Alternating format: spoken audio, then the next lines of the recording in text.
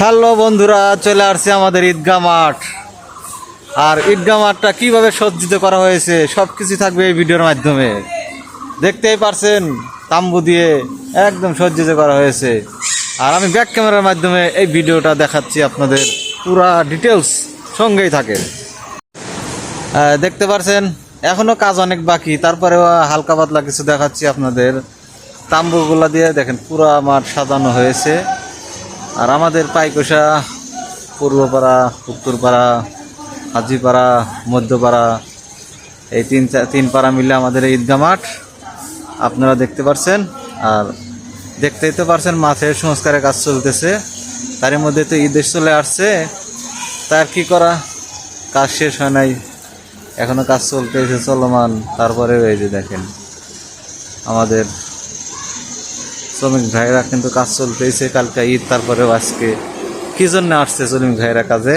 এই মাঠের কাজ সংস্কারের জন্য, যাতে একটু সৌন্দর্য বেশি হয় এই আপাতত। কিন্তু তারপরেও শ্রমিক ভাইদের হলো দিনমজুর কাজ, তারা যদি দিনমজুর কাজ না করে তাহলে তারা খাবে কি? এই জন্য হলো শ্রমিক ভাইরা আজকে কাজে আসছে। তার ভিতর এই যে আমার এক মামা কিন্তু এই যে সে কর্মরত আছে, সে কিন্তু এই যে ভিজাচ্ছে।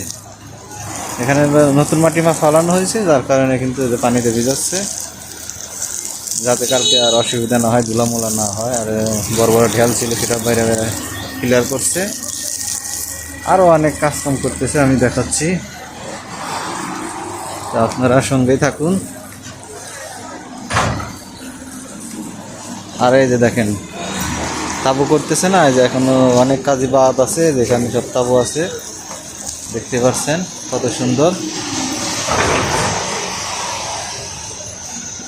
খুব ভালো লাগছে।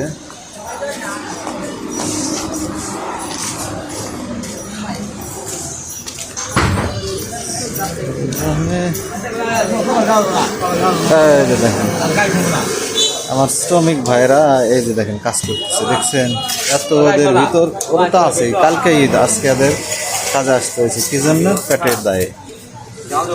যদি পেটে খিদা না থাকতো তাহলে কোনদিন কেউ কাজ করতো? দেখতে পাচ্ছেন আমার ভাইরা। অবশ্যই আমার এই শ্রমিক ভাইদের জন্য দোয়া করবেন, তারা যেন খুব সুন্দরভাবে ঈদটা কাটাতে পারে।